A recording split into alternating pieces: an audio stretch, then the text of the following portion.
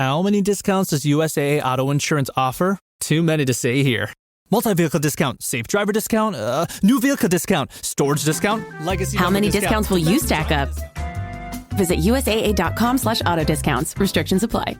Get into your body's vitals with the Vitals app on Apple Watch. I wanna get into my body and let my skin do the talking. I wanna feel like I'm myself again. The Vitals app tracks key overnight metrics so you can spot changes in your health before you feel them. The Vitals app on Apple Watch. iPhone XS or later required. The Vitals app is for wellness purposes only and not for medical use.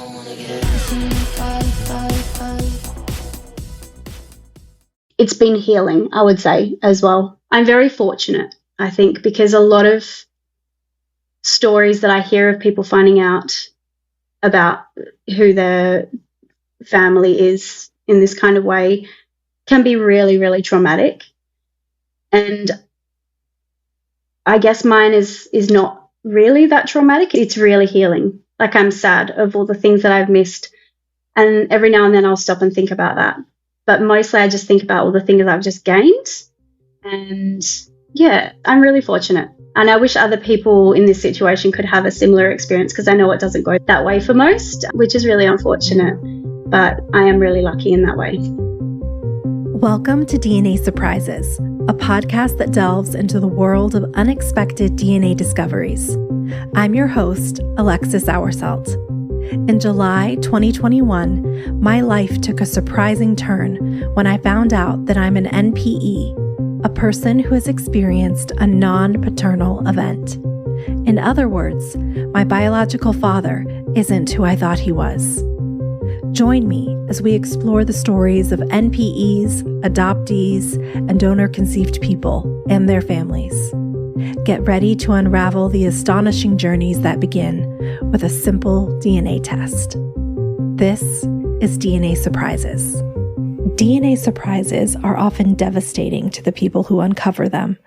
But imagine if the truth was a relief. Danielle grew up believing that her mother had 4 children by 4 different men, making all of her siblings half-siblings. After taking a DNA test, Danielle learned that she actually shared a father with her younger sister. This news was more than welcomed by Danielle, who had fond memories of who she thought was her stepfather. She shares how this information affected her and how she's building a relationship with her biological father through a different lens. While Danielle has wondered what her life would have been like if she'd always known the truth, her overall attitude about her DNA surprise is one of positivity and silver linings. Thank you for sharing your story, Danielle.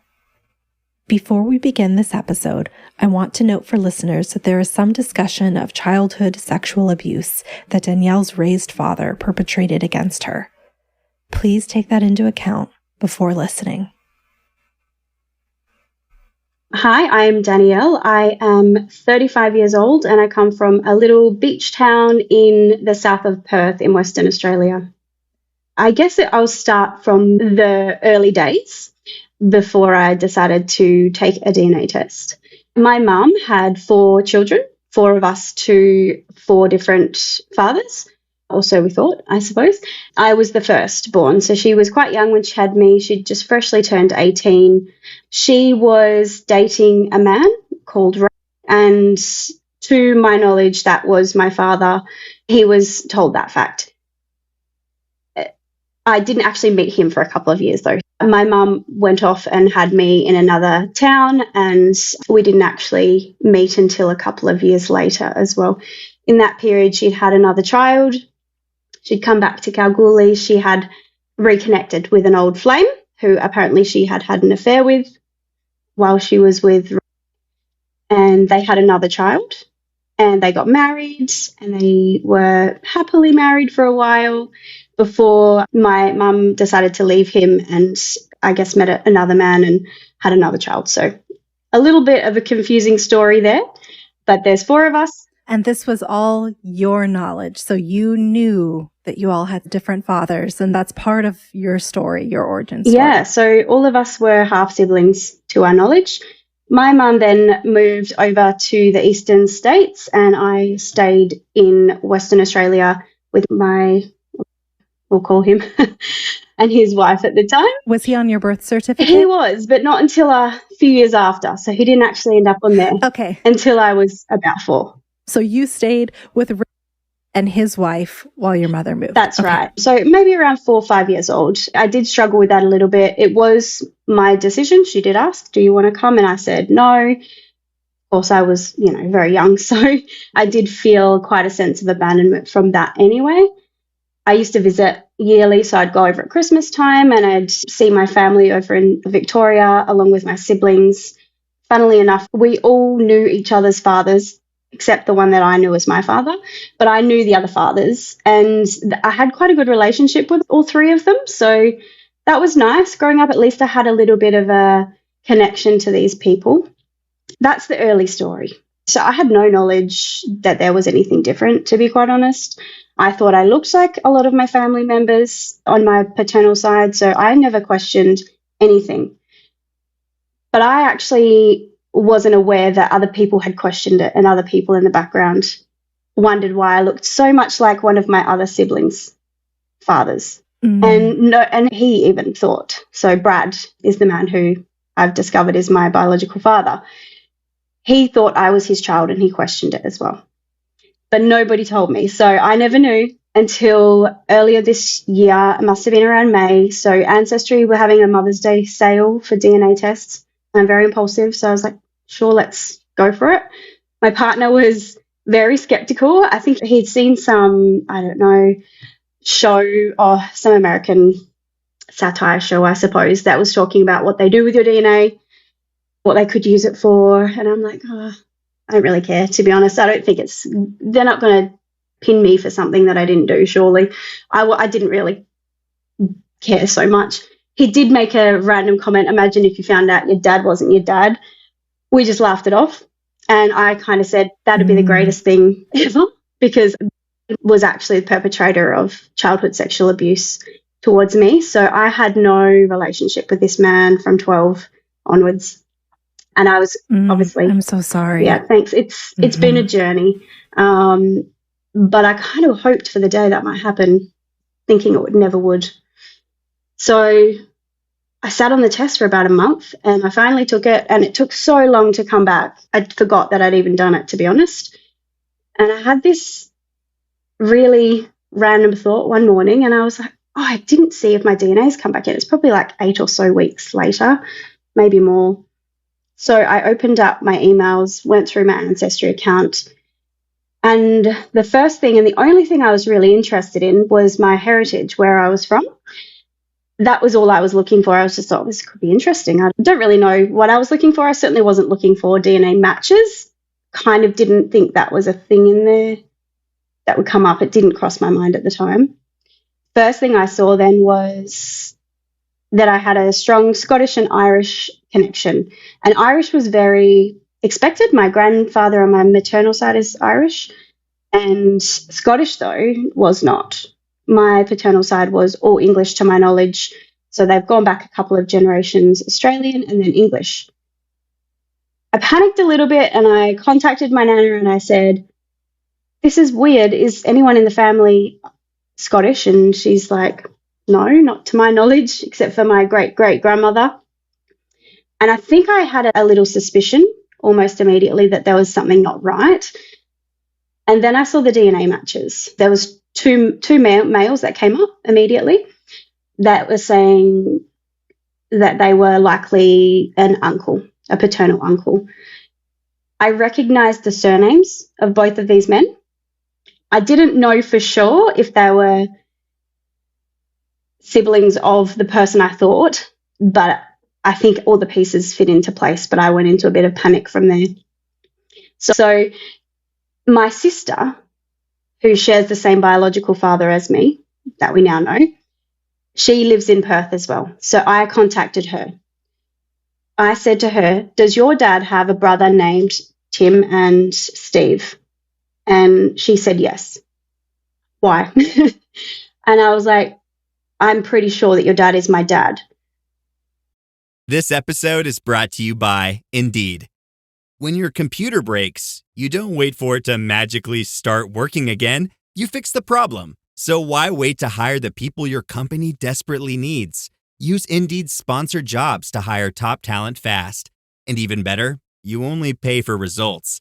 There's no need to wait. Speed up your hiring with a $75 sponsored job credit at Indeed.com/podcast. Terms and conditions apply. The new McCrispy Strip is here. Dip approved by ketchup, tangy barbecue, honey mustard, Sprite, McFlurry, Big Mac sauce, double dipped in buffalo and ranch, more ranch, and creamy chili McCrispy Strip Dip. Now at McDonald's. Ba-da-ba-ba-ba. And the very ironic part about this is that Brad, who is our biological father, was visiting Perth at the time and staying with my sister. So he's normally from New South Wales, and he was here in WA at Katie's house, my sister. Immediately he knew, and he confirmed all the details. He gave me some of the backstory, and we arranged to meet. We organised a private DNA test that my sister and Brad, all three of us did, just to confirm that, this was actually my father. And of course it came back 99.99 whatever percent that this would be your paternal match. So yeah, that was massive. I think I spent a whole week walking around in shock, just blurting out to anyone who came past and asked me how it was that I just found out my dad wasn't my dad. It was an interesting time, to say the least. You mentioned at the beginning that you later found out that Brad had suspected and other people had suspected this, but at the time you found out, you didn't know. Was it a complete shock to you? Was there any part of you that went instantly like, this kind of makes sense now, or was it just complete shock? Immediately it made sense, which I find really odd, but I had photos from my childhood, and I remember looking at them going, I look so much like my sister Katie, and she looks so much like her dad. Like, I look like Katie and her dad. That's so strange. And other people had noticed it in my family, and they'd say, like, my stepmom said, yeah, you do, don't you? But, we just thought mum's genes must have been coming through, and we were just seeing that. So although I had absolutely zero suspicions, it did all make sense in that moment. And as soon as I saw those two last names, I knew that Brad was my dad. It was, this random moment of everything just suddenly fit in place. You mentioned at the beginning, too, that Brad was somebody that your mother had an affair with while she was with Rick. What I now know, Brad let me know that this was the story. My mum did not tell me this, so I had no knowledge that she was with two men at the time. That was, not my knowledge until I spoke to Brad. But he said that my mum and Ray were sleeping in a tent in his backyard. My mum was working for him as his apprentice. And one night she came in and they hooked up, and she got caught by Ray, allegedly. So this was the story that Brad told me. My mum told me that she left Ray because he was abusive, and that was all I knew. So I actually don't know exactly what happened. When I confronted my mum, immediately when I found this out, I said, when were you going to tell me that Brad is my dad and not Ray? And she denied it, and she said, that's not possible. I haven't been with Brad. And I said, well, it has to be. DNA doesn't lie. And even up until the moment that I sent her my DNA test that I did with Brad, that stated very clearly, she still says, to her knowledge, that she did not sleep with Brad. So the story on her end is very different. But I will say she's not particularly a reliable person, so I don't always trust what comes out of her mouth necessarily. But she does acknowledge that she was with him at some point because she had your sister, correct? So she's just saying before that she has no recollection. Yes. So when I was conceived, she's saying she doesn't recall that happening. Then she had me in another town, so she's left, had me in another town, met with another man, had my brother, and then she's come back to our hometown, small country town. And then she's reunited with Brad. And her and Brad then had a child and got married. So there was a child in between us to a different father. Okay. Yeah. Okay. It's very confusing to tell that timeline. Yeah, but no, it does. It makes sense. So At that point, now you have a full sibling. Yeah. You thought you always had a half sibling. How does that feel? And what's your sister's reaction? My sister was absolutely over the moon because Brad had never had other children. So it was just her. And then it was only the half siblings. We had a good relationship, but we were all separated. We all lived with different families, different states around the place. A lot of us ended up with the fathers. I think only my youngest stayed with our mum before eventually leaving in her teens. So we all felt a little disconnected being half siblings. And there's a weird sense of loneliness when they're not your full sibling, and it just doesn't feel quite the same. As much as I love them as siblings, it's just not the same. And I had two brothers from as well. So that they were my half siblings as well, to my knowledge at the time. And I always felt that was so weird. I have so many siblings, but they're all half. There's no full siblings here. So it was nice. Did you keep contact with anyone else from Ryan's family after you stopped contact with him? Rightly so. Did you still have a relationship with your brothers or any extended family members? Yeah, I did. When this came out that this was happening, I was around 12. I was living with my stepmom, who was married to. They'd separated, but I chose to stay with her because she was, nurturing, motherly, all the things. And she'd raised me since I was quite young alongside him. So I was living with my stepmom and my two brothers. So I stayed in contact with them. I was living with them and continued to do so until I moved out of home. I still had a relationship with his mother as my nana, and I still do. Although since finding out this news, she's quite conflicted. And our relationship's been conflicting because she maintains a relationship with her son, knowing what he did to me. So that was always a little bit of a sticking point for me. But I did allow her to continue a relationship because she does love me and she's very kind and, a different generation of, they have different views on how the world works. No answers from your mother? No, and I must admit, I did cut contact with her at the point where I sent her the DNA from Brad and I. I cut contact because I knew what her response was going to be. I just wanted to give her an opportunity to maybe give me something else. I don't know. And I didn't even know if I wanted an apology, just some kind of empathy. I don't know, something, which I didn't get. Sure. So I cut my contact with her at that point, and I knew that I was going to do that prior because I've done it before with her. Our relationship's been difficult from the beginning, so it's not the first time I've done this, and it was probably waiting to happen. So yeah, I don't know where she stands with this all at the moment, and she hasn't contacted me, and she could contact me. Okay, so your mother, you're not having contact with. No. Do not have contact with Ray. No. You do have contact with your half brother. Well, who you thought were your half brothers, the half brothers that you grew up with, as well as your stepmom. What do they make of this situation? It was very confusing. One part of them that was really happy for me because they knew that it meant that it was not my father, and they knew that would bring me so much comfort and peace. Another part that was sad that they're not my siblings, but I don't think it's changed anything, and they know that that hasn't changed. And I've never put a lot of weight on blood relatives over anything else because I wasn't raised by my blood relatives. It was my stepmom and her family, her parents that are not my blood relatives, but they were the biggest role in my life. So it's never been important to me anyway. So they knew that wouldn't change, and nothing's changed for us. Just, I think mentally for them, it feels a little bit different. They feel angry at their dad because they're like, it's not your dad, it's our dad. And so that's been some conflicting feelings for them as well because they don't have a relationship with him either. To your knowledge, did Rick know that you were not his biological child? I don't know.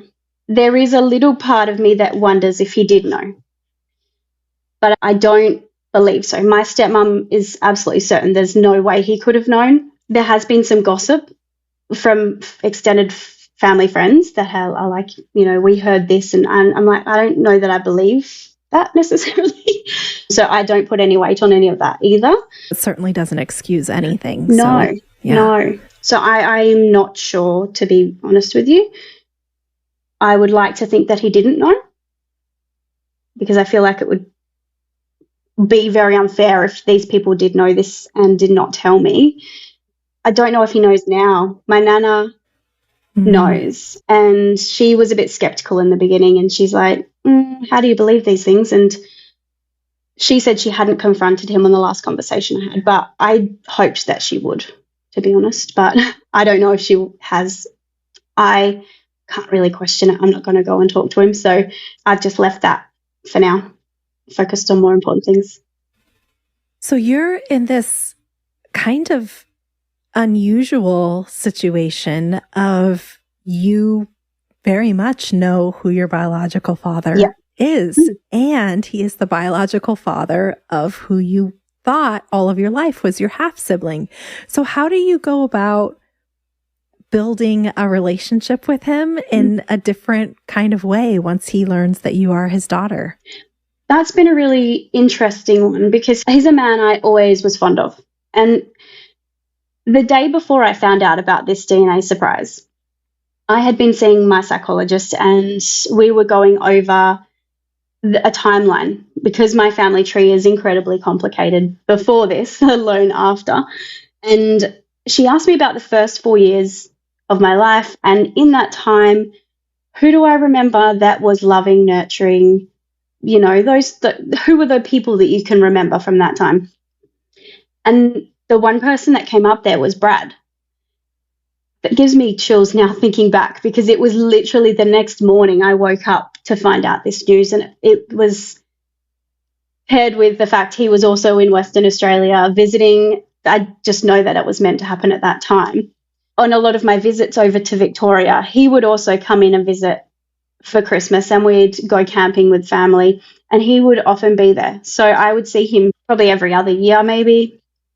So I still had some contact with him, and I didn't know that whole time he'd been questioning. He actually still just imagined me to be his daughter throughout that whole time, and just never felt like he could say anything. And he did actually ask for a DNA test when I was very young. My mum declined, and he feels really upset that he didn't pursue that further or ask me, because I certainly would have taken a DNA test much sooner. But the relationship with him, he has been over the moon. He's very old school. He is a man who just travels around in his car with his dog and lives off the grid in New South Wales. Lots of love to give. He's the person that calls. He doesn't like texting. He doesn't have social media, which is very odd and weird for me. So he will often call me, and it's really nice. It's just so awkward because I'm like, I don't like calls at the best of times, and I'm talking to you like I know you and you're my father, but it's still in that awkward phase. And I don't know how to receive love from a father in that kind of way. So that's really tricky. So he will sign off the call saying, love you. And I say it back, but it's really weird. I'm just like, this is such a strange feeling. So you said that when you spoke to your psychologist the day before you found all of this out, he was somebody that stuck out in your memory. Did you spend a lot of time with him when you were younger? Yeah. When he and my mum were married, we lived together in a house as a family. So there was the 3 kids at that time. Mum, Brad were married. Brad was raising us. And I remember the house that we lived in. And I recently went back to the country town we grew up in after I'd found out about him being my father. And I went into the old house and took a photo of it and sent it off to him as well, just for memories. Because that house I remember that being a stable part of my life for a brief period, but it was a stable part. And he had purchased, in this time when they were married, he'd purchased a house in New South Wales for us to move to as a family. Him and my mum agreed, all 5 of us were going to move over there. So he purchased the house, and within only probably 3 or 4 days, I'm told, before we were due to get in the car and drive over, my mum left him for another man. So none of us went, and he ended up having to go on his own because he had work. He'd bought this house. So at that point, he was just heartbroken as well. I think he probably lost his way for a little bit, not quite knowing what to do with himself. So that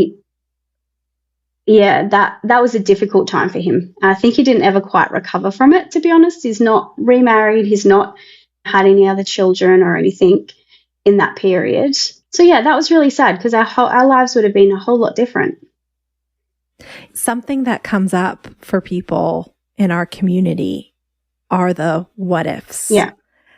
And for you, having had such a traumatic childhood in the home that you were in with Rick and your stepmother, did you have those feelings of what your life would have been like if you'd known that it was Brad all along and never would have been in that house? Yeah, that was probably the hardest part for me, I think. Finding out Brad was my dad was this weird blessing in disguise it was this thing that I never knew I needed, but I did. And it was an immediate weight lifted off my shoulders that I wasn't connected to. My children didn't have to be connected to him in a biological sense. All of the things that worried me lifted. So that was so nice. But I was really angry at the fact that I wasn't given an opportunity to have a better life. I will say that the life, if I had have stayed with my mum when she separated from Brad and went to Melbourne, would not have been any better. Maybe it would have been worse. My siblings experienced an extreme amount of abuse in the household themselves. So living with her was not going to be much better. But had she have stayed with Brad and they had gone to New South Wales, where he's got a lot of family, a lot of very warm and welcoming family, they have all embraced me beautifully. Like, it's been incredible. Just suddenly I've got this whole family that also some of them knew or felt that I was always Brad's anyway. Yeah, so definitely was one of the things that upset me the most, I think, about the whole situation. Aside from the lies, it was just what could have been. You said that Brad's family has welcomed you with open arms and that they're very warm. He says, "I love you" when you hang up the phone. Yeah. And that's something that you're navigating. How are you dealing with this complete kind of change to your family dynamic as you've understood it to this point? Oh, I don't know how to explain, but I am known as an oversharer. I'm a very open book. So I just kind of going, not even thinking, I just say all the things. So I have spoken to, Brad's got 4 siblings. He's got 2 sisters and 2 brothers, and then they've got children. So I've spoken to some of my aunties and told them my whole life story, essentially. It doesn't feel too strange, but it is over social media and there's that disconnect. It's not in person. So it's easier to have those conversations and share those things about your life, I guess. I think one of my aunties had made this comment I put a post on my Facebook, just on my private one, and it was about finding out that, you know, Brad was my bio father and just a little spiel about what had happened. And one of my aunties had commented on it saying, "You have just hit the jackpot. Brad is the most amazing, caring man." And I bawled my eyes out. And I'm not a crier. I'm not a crier at all. But that was the most amazing thing. I just felt it was beautiful. And the little things matter, and I didn't know that they mattered. So Brad has sent, both of my boys have had birthdays in October and December, and he's sent them a card in the mail with some money to say happy birthday. And, of course, that made me cry too. I was like, I didn't even know that you knew my kids' birthdays. And the fact you sent them a card with a gift is more than I could ever imagine, because we've never had that. It's just not. My kids have always had such a disconnect from their grandparents because of my complex family. So it's been really lovely from that aspect. So your kids know. How are they taking all of this? This was a tricky one because my kids, my older boy, he's 8. He's just turned 8. And I used to tell them, would start coming to me and saying, do you have a dad? Who is your dad? And I found that a really hard one to explain. So I would say something like, yes, I do have a dad, but I don't see him because he's not a very nice man. And, as kids do, they ask more questions. Why? Why isn't he a nice man? Is he in jail? Why isn't he in jail? All of these questions that come up, and I'm just like, how do I answer this? So my kids were of the understanding that I had a father. I don't see him because he's a bad person, a bad man. That was all they knew. So then when this happened, I had to try and explain to them that that person that was the bad man isn't my father and that this one is, and that he's not a bad man. So that was really tricky. And I don't know if they fully grasp it.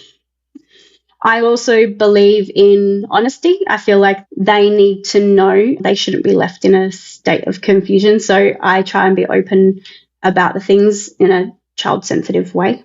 My youngest has autism, so he's very much just, he's like, oh yeah, cool, excited. And they refer to Brad as my new dad. I think that's how I refer to him. I'm like my new dad, so it's the only way I could think to help them understand. But they've been okay with it. There's still a distance. They've met him a few times when he was visiting. They've spoken to him briefly on the phone to say thank you for their cards.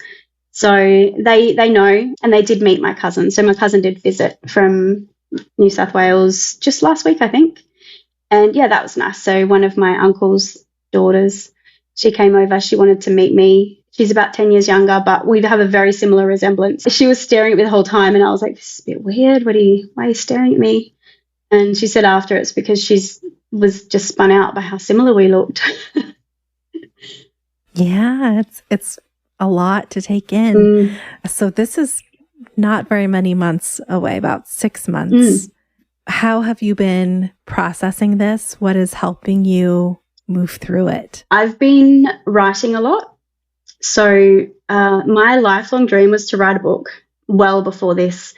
And I've always worked in mental health and in those kind of fields of work where I do a lot of, I guess, caring, nurturing type of roles.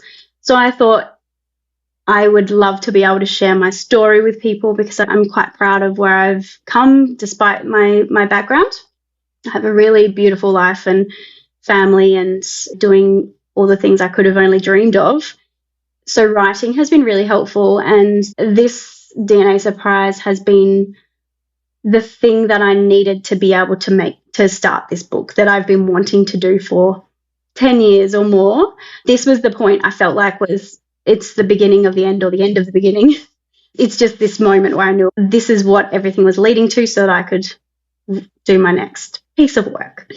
In that period, I was already seeing a psychologist, as I mentioned, so I was able to talk through with her. I just talk a lot about it. I share a lot on my social media as well.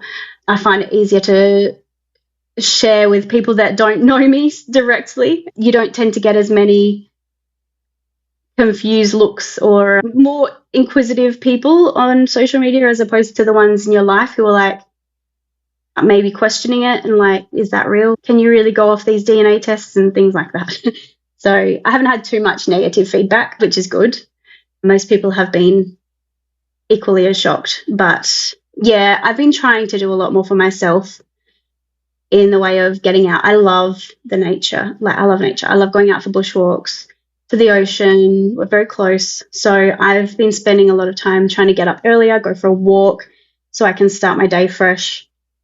It's been healing, I would say, as well. I'm very fortunate, I think, because a lot of stories that I hear of people finding out about who their family is in this kind of way can be really, really traumatic. And I guess mine is not really that traumatic. It's really healing. Like, I'm sad of all the things that I've missed. And every now and then I'll stop and think about that. But mostly I just think about all the things I've just gained. And yeah, I'm really fortunate. And I wish other people in this situation could have a similar experience because I know it doesn't go that way for most, which is really unfortunate. Yeah. But I am really lucky in that way. What do you hope for next? I mean, you haven't even hit 1 year yet, so you are just starting on this journey. What do you hope for? Well, I think Brad has made it quite clear that he wants to be able to move to Western Australia to spend more time with me and my sister. We're moving to the centre of the state very soon, which for him is quite nice because he actually really loves to travel and he's a bit of a grey nomad. He just gets in his ute with his dog and he will go anywhere. He doesn't care how far it is. I hate driving. He loves it. I think he's planning to sell up in New South Wales, get himself a caravan, and then he will probably come and spend some time with us up where we're moving to in the Pilbara, and hopefully we'll get to know each other a little bit more, I guess, more personally. Yeah. So that's where I think we'll come. And yeah, hopefully I'll write my book. And I'm starting a new job and lots of things happening. So all of that's very exciting. Moving to a tiny little country town. That's great. Yeah. Where it comes to my identity and the impact of not knowing or being told someone is your father. When I had my first child, I did not want to carry the name of into the delivery with my son. I didn't want any of his birth records to have that name. I wasn't married at the time, still not married, but I wasn't married. And I went to great lengths to legally change my name while I was pregnant so that I didn't carry the surname of. And looking back, that just fills me with a little bit of sadness and anger, and I don't know really, but mostly sadness and anger that I had to go to so much length to do that. And I said to my partner, who I'd been with for 10 years, I said, this is your options. We're going to a registry office and we're going to elope so I can change my name, or I'm going to legally change it to your name. Which one? We weren't even engaged. We'd been together for a long time. And he's like, just change it, whatever. We're still not married. We are now engaged. But I did that. I changed my name legally to my partner's, so all of my birth records have that. So looking back, I'm just like, that never needed to happen. That never needed to happen. So that's been a journey. And I think the next part of that is I would like to see if I can change my birth certificate to reflect my birth father. Don't know if I can or not, but that's a path I'm going to have a look down. So, well, good luck with that, because that's something that so many people, I think, unless you've been through the experience, you don't necessarily understand the closure that can provide, or like the peace that can provide, just to have your records accurately reflect. It seems such a minuscule thing for most, I think, but it really isn't. It's really big. Like, it's my whole identity. And even things like my email address. I've had to change my email address, and now I'm like, how do I get everything from one email to the other? Because this carries that name that I had so much like hurt over anyway.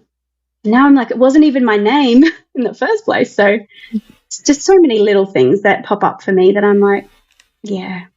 What advice do you have for a parent who's keeping a DNA surprise from their child?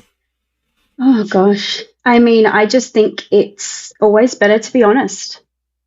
Always. Because otherwise you end up in a situation 35 years later where your children might not want to talk to you because you've just found it out by accident. They need to know. It's really important.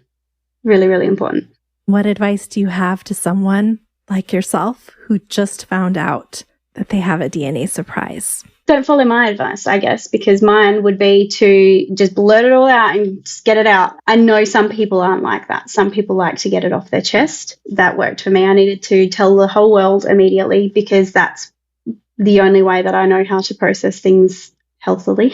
But I probably do things too fast because of that. So I don't think of the consequences of who might be affected by this. I just go to whoever I need to and say, this has just happened, without thinking how that might impact them. If I could go back, I probably would have sat with it a little bit more and been a little bit more tactful about how I share this information with people. So taking a little bit more time and remembering that we didn't choose this. This wasn't our choice. I always like to think I've had a difficult life, but I don't let any of those things define me. I can choose tomorrow.